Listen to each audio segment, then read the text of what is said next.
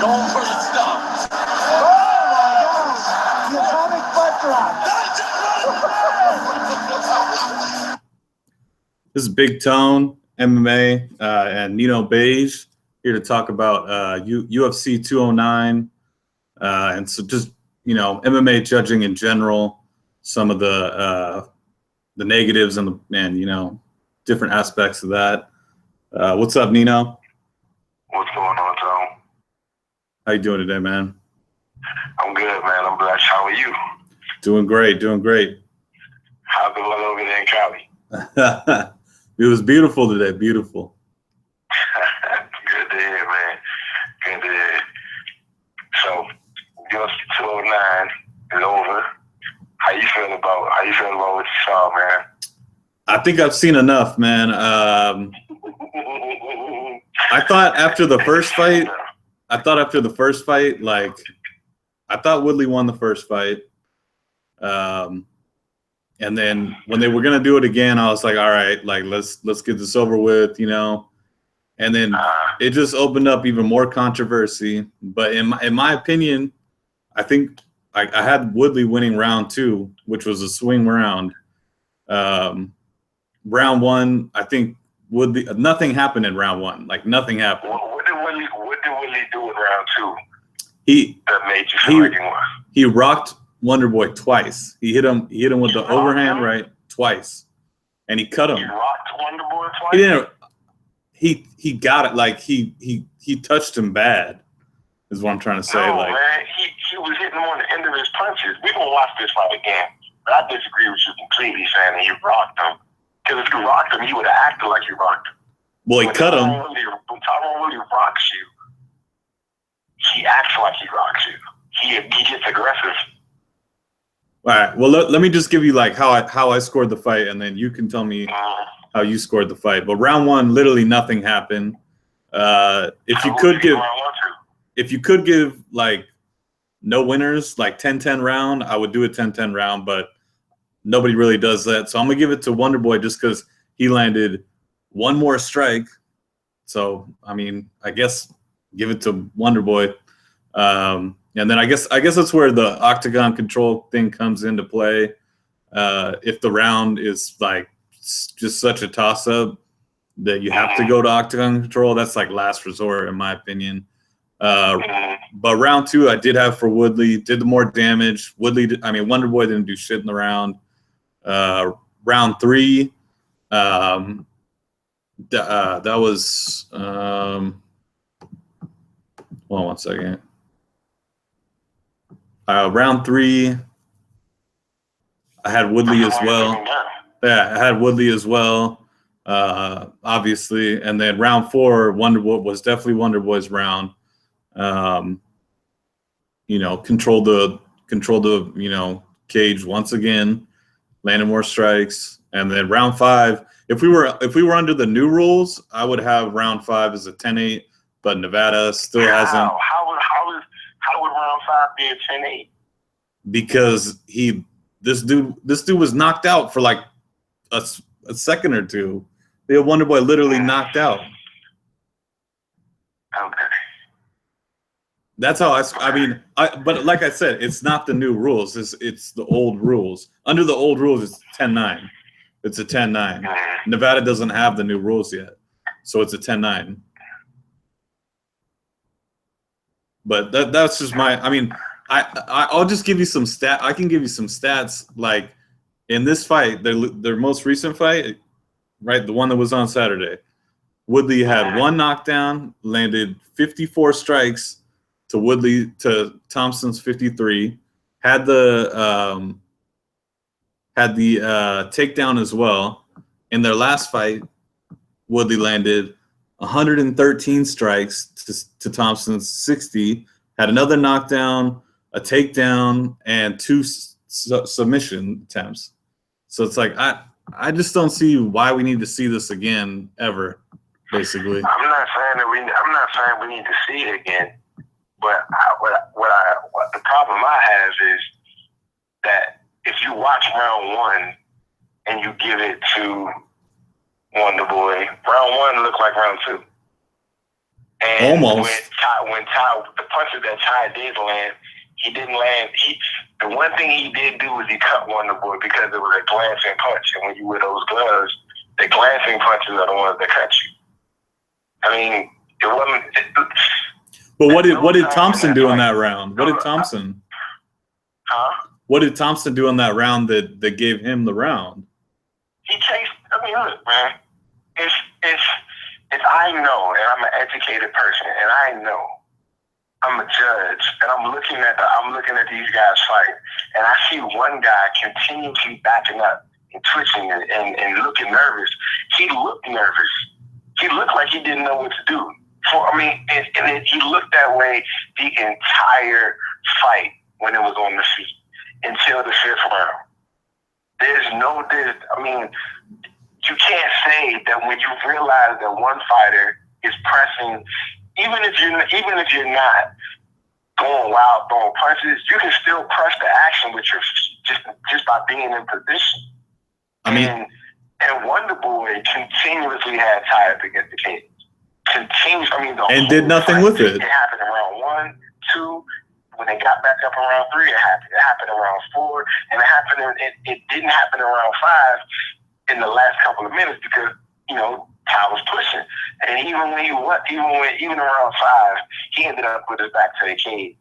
It was just. But he did nothing. He did nothing with it, though. Huh? He had all that control of the octagon and did nothing with it. But this isn't Nick Diaz. This isn't Nick Diaz pouring it on, like throwing punches. Like he would throw a kick and then he would like look at Woodley and like dance around and then throw another kick and like throw a punch. And that was it. Like he wasn't putting volume on or anything. I understand what you're saying. Here's what I'm saying. Other than the wrestling and other than the flurry in round 5, Wonder Boy controlled 22 minutes of this fight. But control is the last thing that gets judged. When guys are both resigned to playing a chess match, you gotta judge what they're doing. So, like we didn't get a striking affair here. These two decided to play a chess match. So Tyrone Woodley is going to play a chess match with Wonder Boy. He lost for 22 minutes. He lost 22 minutes of a chess match. He won 3. How did he win the fight? Okay, but then also in 2 fights, Woodley has almost finished. I'm just saying, for the sake of moving on, like in 2 fights, Woodley's almost finished Wonder Boy 3 or 4 times. And what has Woodley done? What has Thompson done? I'm just saying, like, what has he done? Like, he hasn't done anything, in my opinion, to deserve the belt. Like, nothing. Here's what he's done. Here's what he's done. He's made the 170-pound champ obsolete. That's what he's done. Obsolete? Yes. Here's what I believe as somebody who understands a little bit, maybe not everything, about why people watch sports. You can't be the dude that complains about not being treated the right way and put on whack fights.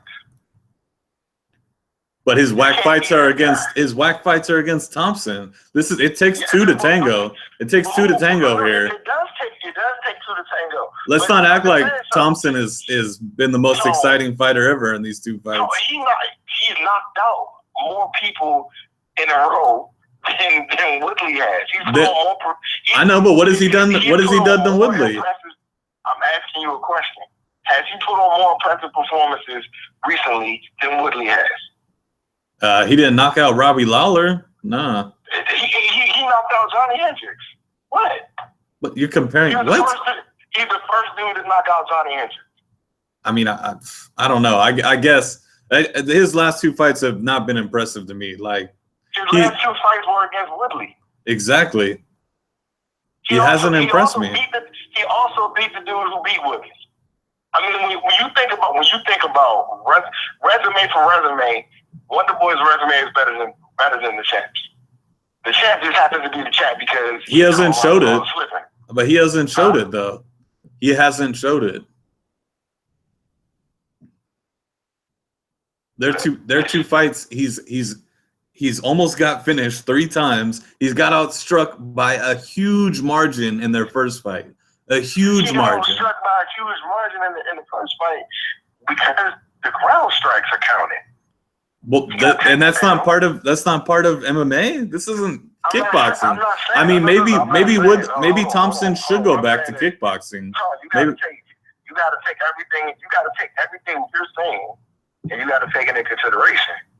Like if you gonna count the strikes, let's talk about where he got outstruck. He got outstruck by a wrestler on the ground. Yeah, he did. Okay, so the wrestler should take him down, and the wrestler should dominate the fight on the ground, and the wrestler did. On the feet, though, in both fights, he had look. Thompson caught him slipping in the first fight. Thompson caught him slipping in round 5 in the second fight. He actually slipped, and that's when Thompson caught him. I mean, that's when Woodley caught him. I'm saying Thompson caught him. Is that when his eyes rolled in the back of his head, or what? So what? I mean, he fell down. I mean, he fell down twice because I seen him go down twice. No, I'm talking about when in round 5. Yeah, he went down twice. He tried to get right back up, and then he got knocked right back down. Yeah, I mean, okay, so you count that as 2 knockdowns? I wouldn't count it as 2 knockdowns. I'm just saying he tried to get back up and immediately went back to his knees. Yeah, I mean, because he was getting punched. Yeah, it was getting wild on. Look, man, listen. If you gonna sit here and tell me that you think Stephen Thompson isn't a better all-around fighter, all around, he's the most one-dimensional guy there is. He's all striking. I mean, like when I say, let me explain what I mean when I say all around. I mean, like if you go down the list of top dudes in 170, who's gonna win more fights? GSP. No, I'm talking about between Woodley and Thompson. Shit, I don't know. Really? You have a podcast dedicated to MMA. I lob you open-ended question like that. You ain't got the opinion. Come on, man. I mean, Woodley's done it against. Woodley's done it against more impressive opponents. I think. No, he hasn't. No, he hasn't. And oh my God. He's beat in my books. He's beat Wonderboy twice, and no, he hasn't. He has not beat Wonderboy twice. You thought Wonderboy won. What did you think about the first fight? What did you think about the first fight? I've openly stated numerous times that I think Wonderboy won the first fight. How? How? Like, how did you score that fight? I scored the fight that Wonderboy won in 3 rounds too. See, this is just ridiculous, though. Like. Why? Why is it ridiculous? Because Woodley has literally almost finished this dude like 3 or 4 times, and Thompson hasn't got Woodley in trouble once. Not once has he gotten Woodley in trouble. I don't care. Look. There's a fine line between saying, "Oh, this guy's been in trouble," and he didn't get finished. It's just like when you go for a submission and you go for a takedown and you don't get it. Okay, it's got to be some kind of credit that you give to the guy that does not get finished. If you can't finish, now we're giving him credit because he didn't get finished. Like he got beat up so bad and he didn't get finished. So that's okay. Hold on. So he almost got finished in the 4th and won the 5th handily. The first fight, he handily won the 5th in the first fight. Yeah, because Woodley gassed out. Yeah, I agree totally. He did win the 5th round. Yeah, I gave him 2 10-8s though. I gave him 2 10-8s. I mean, that's fine. If you give him 2 10-8s, that's fine. It's still a draw.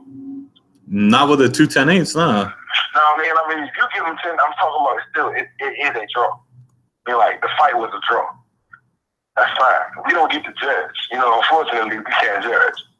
But as a person just watching the fight,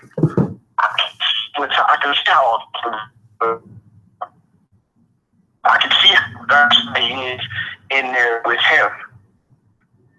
Like, I don't know, man. I've been talking about Tyron Woodley as a fighter for a long time. I didn't think he deserved a title shot because of his past performances. I see how apprehensive he is, but he's apprehensive if you have more tools that he's used to dealing with. You know what I'm saying? He gets very uncomfortable in the octagon if you have more than one or two tools that he feels like he has to worry about. And he'll back up and sit on the cage. For that reason, I felt like Wonderboy was a bad matchup for him. And he always has the opportunity to knock you out. He can always shuffle step, boom, and that's the fight. You know, but, I mean, come on, man. When you watch this fight, did you really feel like, I know you picked Willie to win. I did. Did you really feel like when you watched round 1 and round 2 and round 3 that he was winning the fight? I didn't think anybody was winning the fight. Not shit happened. The first 2 rounds, nothing fucking happened. And I was like, what? Are these guys going to do this the whole fight? And one of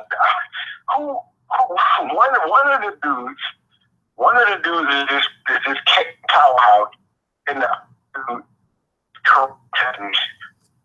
Karate technician was doing karate technician stuff. I didn't see him doing shit. I saw him dancing around. Throwing it, feint. In front of Woodley. He was doing a feint and a feint and a feint, and like that's nothing. Okay, so hold on. You begrudge or you docking Wonderboy for points because he was dancing around and he was trying to hit Ty. He was trying to get Ty to open up. Ty wouldn't pull the trigger. Ty didn't pull the trigger until the 5th round, and he pulled the takedown trigger in the 3rd round. So I'm trying to understand. Thompson's got him trapped up against the fence and is refusing to throw strikes. That's what happened. You said what? Thompson had him trapped up against the fence, like you said. I'll give you this. It went down exactly like you said it would, but he trapped him up against the fence, but he did nothing with it. He didn't capitalize on it. No, he just sat back and was fine with just sitting there. He was trying to. Like he was the same way he was saying. Willie was saying. Willie was like, you know, he was fake. Because it's never the left hand of Willie knows it's never about the hand. It's always about the right hand. So and Wonderboy, I don't think he was getting enough credit. It's how Willie said it. He said it after the fight. He said he kept checking. He kept checking. He was talking about that check right hook that he was throwing. Like Wonderboy kept hitting him with the check right hand. I don't think the judges gave him enough credit because when you look at the strikes calculated, they didn't. When you say the judges look at the strikes calculated though. In round 2, they both landed 8 strikes. So why are we? What I'm talking about is that I think Woodley, when we get a chance to go back and watch the fight,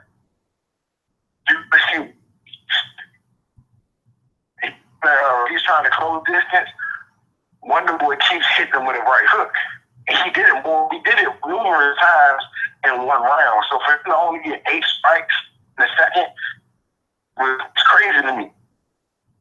You know what I'm saying? I don't think that the strikes that get counted by whoever's counting strikes they always have the best angle because the octagon is huge. The octagon is 30 feet.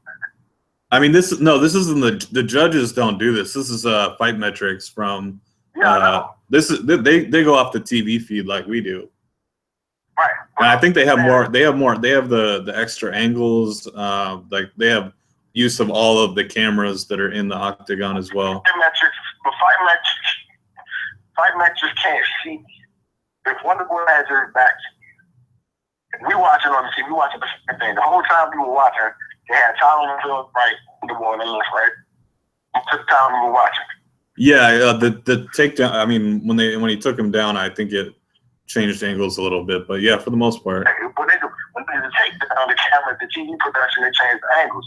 But as they were fighting, because of the angles because of how fighters were positioning themselves, they kept showing Wonderboy's back. So when he was throwing the right hook, you couldn't see it. You couldn't see if it landed or not because Ty was putting his hand. He was connecting, which was really stop. Like, Ty wouldn't have stopped his rush if he wasn't getting hit. And he said he was getting hit after the fight. So, I mean, to me, 8 punches, 8 strikes, that's a little cheap. But for what he was doing, I mean, I give him a lot more credit than a lot of people did, because when someone, you got to know, someone really got you for any time in the phone. And he was standing right in front of him. Was he not? Yeah, he just wasn't doing shit. I mean, I'll say this. I always say you have to take the belt from the champ. That's what. You know what I'm saying? Exactly. If it's close, the champ gonna get it. I understand, but in this situation, when you got a guy like literally frozen, you get it because that guy is frozen. Wait, so when they read out the judges' scorecards and they said that in the second judge had it a draw, were you thinking the third dude was gonna be a fucking draw and it was gonna be another majority draw? Yo, that's what I was thinking. I thought it was gonna be one for Woodley, but I heard draw, and I was like, man, this dude is gonna be a draw. You know what I'm saying? Because it means are some horrible people, dude. They're some horrible people. Like, they have reasons for doing whatever it is that they're doing. And they probably like, we'll never want to see this fight again. Boom. Winner. Wait, say that again? Like, the judges, horrible people. So they work with the commission and things like that. They will probably have the mind that we never want to see this fight here again. And they what they want. Like, this is not good. This does not bring money to Vegas. Tyrone Woodley Wonderboy is not doing anything for the fight business here.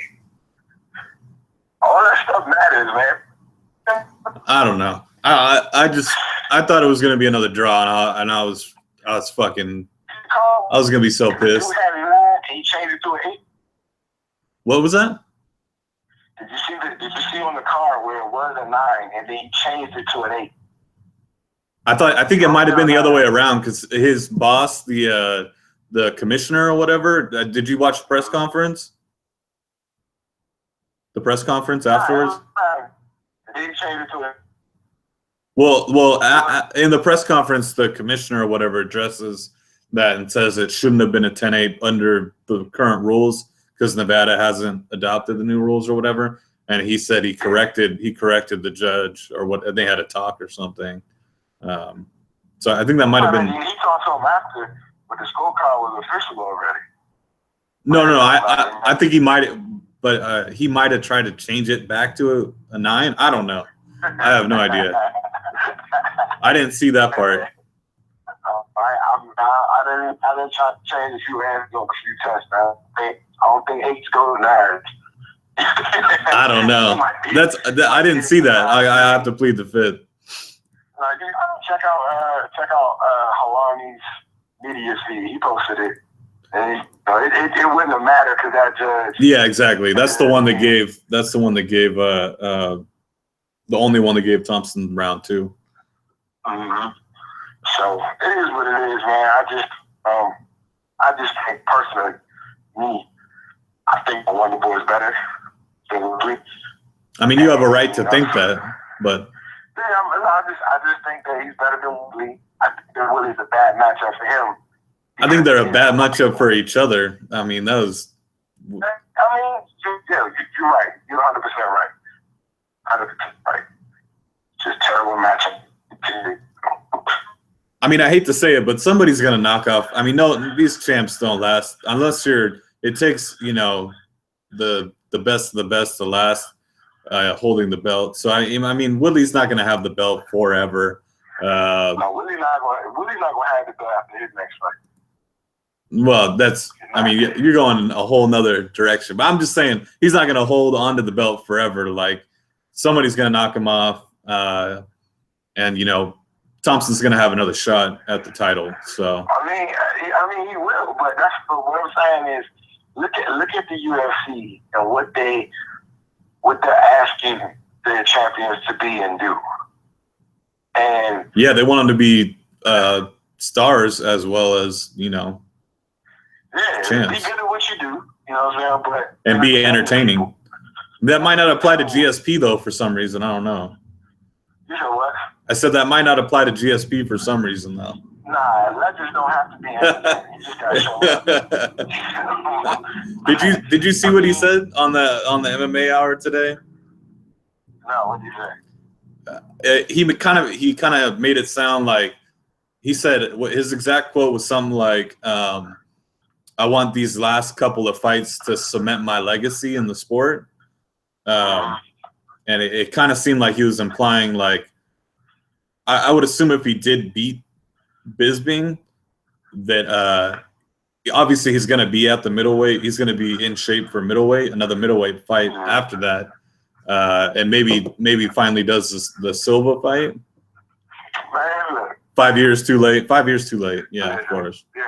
There's nobody, I don't care what you told 41-year-old at this film. Does not make shit. And you beat up a 41-year-old actor, that's what you're supposed to do. He beat you up, I'm laughing at you. It's a lose-lose situation to you either way. I don't care. To spot a guy like 6, man, it seems like you're not even spotting him. Yeah. I mean, he's a shell of himself. I'm just saying to clean up, kind of what he's saying, clean up his legacy. I mean, I think that's the one fight that if we had this UFC back in the day, we would have seen this fight for sure. Would you agree with that? I mean, it's a different time. I mean, the whole to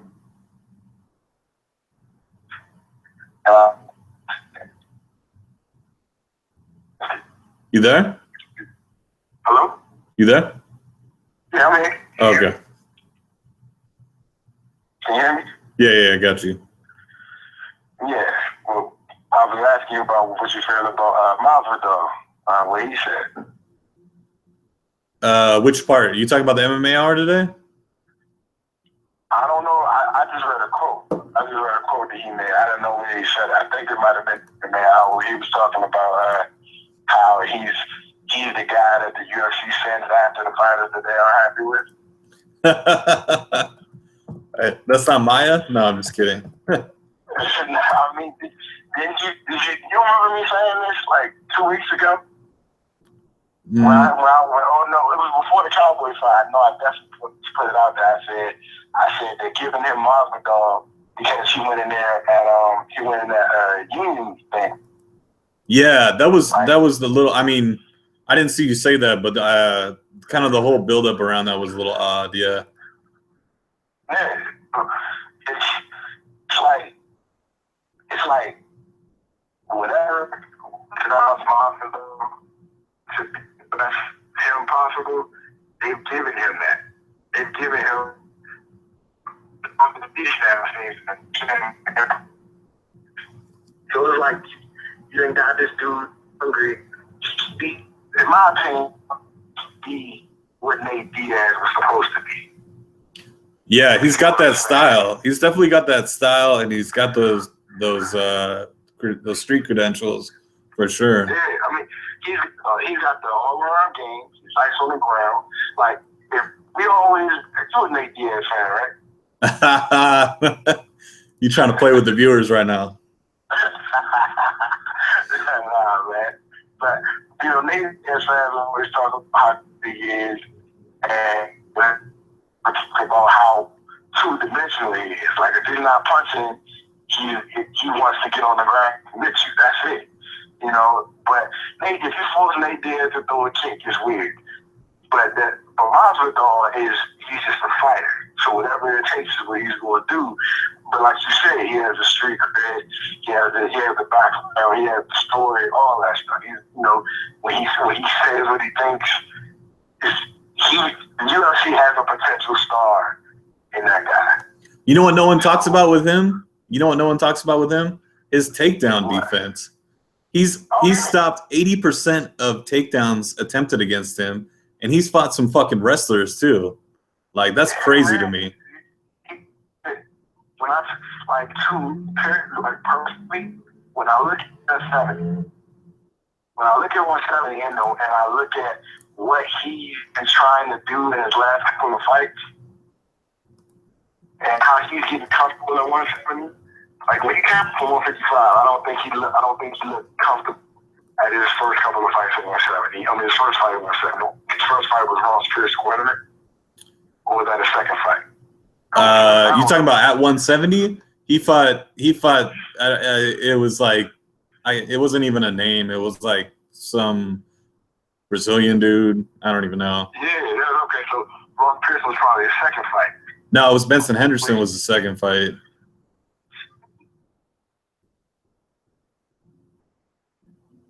At 170? Yeah, 170. I know after that fight. He had 2 straight losses. I'm looking at it right now. He lost to Benson, and then he lost to Larkin. Both of them were split decisions. They weren't. It wasn't like he got his ass beat or anything. He never just gets handled. Yeah, that's the thing. And then he looked great against Ross Pearson. Knocked Jake Ellenberger obviously out, and then knocked Donald Cerrone out. Now we're here against Damian Maia. Coming up next 2 months from now. Yeah. Yeah. Thanks for correcting me, by the way, because I definitely forgot all about the Larkin fight. But what's up with what you think about him and Maia? What do you think this is? The UFC legit trying to keep him from getting a title shot or what? It's a weird one. It's when they announced it, I kept saying it's fake. Like, don't, because it was from a sketchy source too. Like the first source that leaked it was kind of sketchy. So I was like, nobody believed this. Like, this doesn't sound right, you know. And then it got official, and I was like, damn, they're really doing this to both. I mean, that I don't know about that. Like, but you know, Dana kind of threatened, I guess. Maia told him, you know, if you don't stay active, you know, you're going to be out of the picture anyway. So here we are. But I think, you know, if Maia's going to have trouble, like if you watch some of Maia's fights, like his takedowns are sloppy. Oh my God, they're sloppy. He just grabs you. Like I watched his fight versus Ryan LaFleur, and he caught him with the knee coming in with one of his sloppy takedowns. And like if you're looking for that, he wasn't even looking. It was like a reaction, like just like a knee, you know, to try to stop the takedown. But if you're looking for that sloppy takedown and hit him with the hard knee, I mean, you might cyborg that dude. Like he just rushes in without any, you know, they're just poorly timed, you know, sloppy takedowns. You know, get caught when he does that. He's not setting it up for anything. I mean, but he is sick on the ground. I think a lot of people underestimate Masvidal on the ground. Yeah, well, like if he can pop right back up, I think he'll be fine. But I'm not taking anything away from Maia. He's he's a snake on the ground. Like if he's able to like get any, you know, grappling in on the ground, I think Masvidal's fucked. Like if he can pop right back up and get out of position, like he'll be fine. But I mean, it's gonna be a tough fight for both of them. I think it's just a tough fight. Good matchup.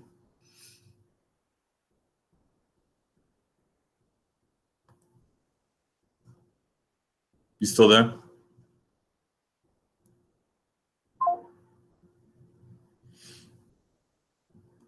Well, we lost Nino there, but still had a great podcast, guys. You can follow me at Big Tone MMA on Twitter. He's Nino Beige. And yeah, we'll see you next time. Check out the podcast. It's on SoundCloud, now on YouTube, of course. So check that out.